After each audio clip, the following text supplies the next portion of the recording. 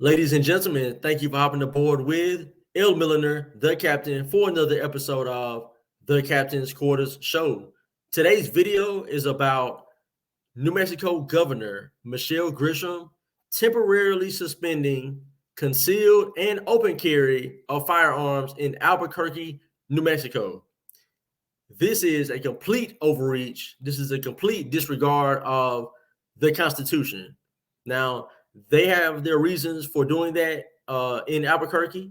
And there's one reason in particular, or one method that they're able to use to get this passed or get this implemented. Now, let me bring up the article. And the article is from the Las Vegas Sun. And you see the headline here. New Mexico governor issues order to suspend open and concealed carry of guns in Albuquerque. That's her picture right there. Michelle Grisham, Democrat governor of the state of New Mexico. Now, it's an emergency order, okay, issued Friday, suspending the right to carry firearms in public across Albuquerque and the surrounding county for at least 30 days in response to a spate of gun violence. So this gun violence is nothing new, especially in Albuquerque. It has pretty long been a hotbed for violence. So this is not anything necessarily new. But, you know, there was something that happened in 2020 where there was like this public health emergency that happened and businesses got shut down. You were told to wear a mask pretty much everywhere you went. Kids had to wear masks in schools. You had to wear a mask to work. They told you get a certain shot, certain medication or something that's supposed to make it all go away, and that didn't work. And anyway, it just so happens that the article says the firearms suspension classified as an emergency public health order applies to open and concealed carry in most public places, from city sidewalks to urban recreational parks, but it's also other places as well. They're just not mentioning it. Emergency public health order, just like in 2020 when they used the same terminology to enact all type of crazy policies and ordinances and mandates. Yeah, so apparently the city of Albuquerque has met the threshold for violent crime rates, right? So that's why only the Albuquerque area is impacted with this ban, right? This 30-day ban, well, at least 30-day ban. It could be, you know, there again, it could be extended, right? Because like in 2020, they kept extending it. Or we said 2 weeks to slow the spread and bring down the curve, right? And then 2 weeks turn into 4 weeks, into 2 months, into 6 months, and so on and so forth. Could be the same thing happening right here. Now they have a sheriff, right, who spoke, and his name is Sheriff John Allen. All right, he has reservations about this.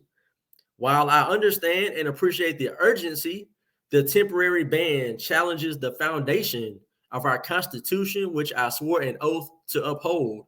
So he's recognizing the issues here, right? But, all right, he goes on to say that he's ready to cooperate, right? So this is a problem. This is a problem when it comes to these gun crimes, as they want to call them, gun crimes, as if the gun itself is causing crimes. It's the people that have the guns. So they're taking this right away from law-abiding citizens who are not the ones that are out here committing the crimes. They're not out here killing and shooting these 5-year-olds that's mentioned in this article, or the 11-year-old that got shot at a minor league baseball game. The law-abiding citizens are not the ones doing this. These individuals committing these crimes are probably felons already. They're probably individuals who can't legally have a gun in the first place. So by taking away the law from law-abiding citizens, right? From taking this right away from them, all you're doing is setting them up to be taken advantage of, to be robbed, to be assaulted, and worse. It's ridiculous. Ridiculous. In this article, it's just mentioning all the kids that's been shot there in Albuquerque and in the area, which is, I understand it. We have the same issue here where I live in Alabama. It's just they go about this the wrong way, right? Taking away our or the gun rights of the people there in Albuquerque and the surrounding county, that's not going to make a difference, right? Because they're not the ones committing the crime. And this whole public health emergency, jazz, that's just them using something for a means to an end, right? Because let's see the bigger picture here.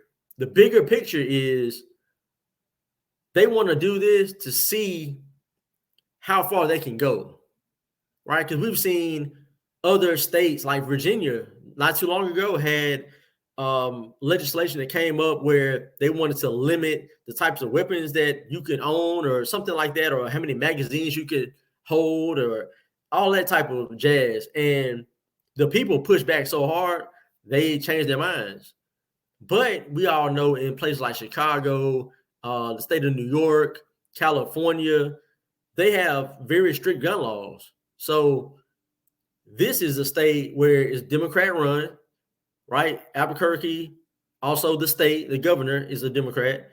So they're pushing this order to just see how far they can go. If they can literally take away your right to bear arms, right, for 30 days, and who knows, it'll probably be extended to a longer period of time. What else can they do if that goes, fine, and there's not a whole lot of pushback, right? There should be immediate lawsuits, immediate. And the court should definitely uphold the Constitution in this matter. And I will leave it there. Thank y'all for hopping aboard with L. Milliner, the captain, for this episode of the Captain's Quarters Show. If y'all will, leave me a like, comment, let me know what y'all thought about this. Share the video, and of course, hit that subscribe. Until next time, I am gone.